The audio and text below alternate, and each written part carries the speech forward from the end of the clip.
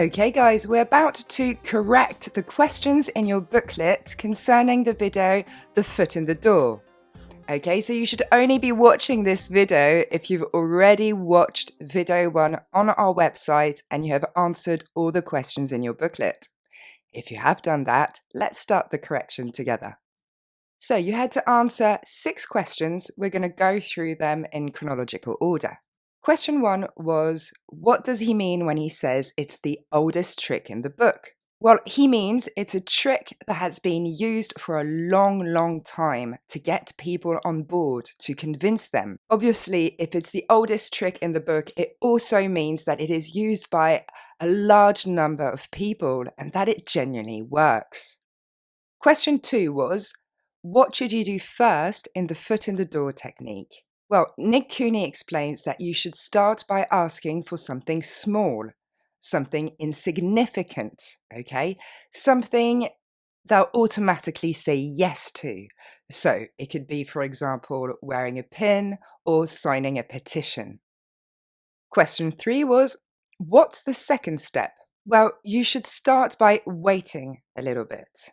And then you go back and make a larger, this time real request.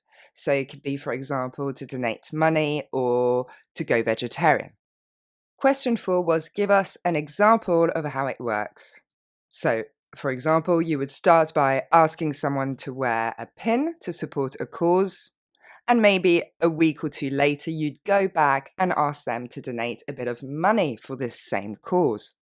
Question 5 was, what is the condition for this technique to work? Well, Nick Cooney explains that the first request and the second request have to be similar in nature. Last question was, how many studies have demonstrated the power of the foot in the door technique? Well, apparently there's been over 1,000 studies conducted in the US and abroad that prove how powerful it is. So, conclusions.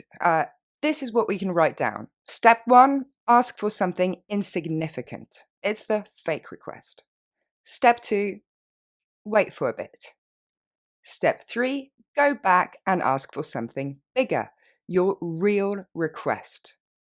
And the condition for it to work, as we said, is the requests must be similar in nature.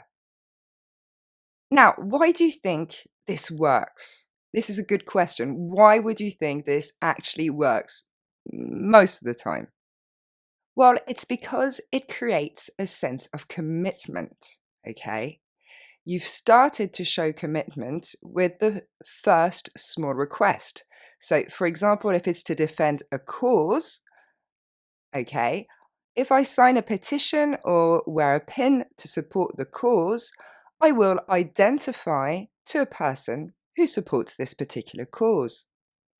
So when you come back to me 1 or 2 weeks later and ask me to donate some money, I would feel very inconsistent if I didn't donate the money. And everyone likes to feel consistent with previous decisions, likes to feel coherent, if you prefer. This is why this technique is also called the consistency theory. And we'll watch another video about it because it's very interesting.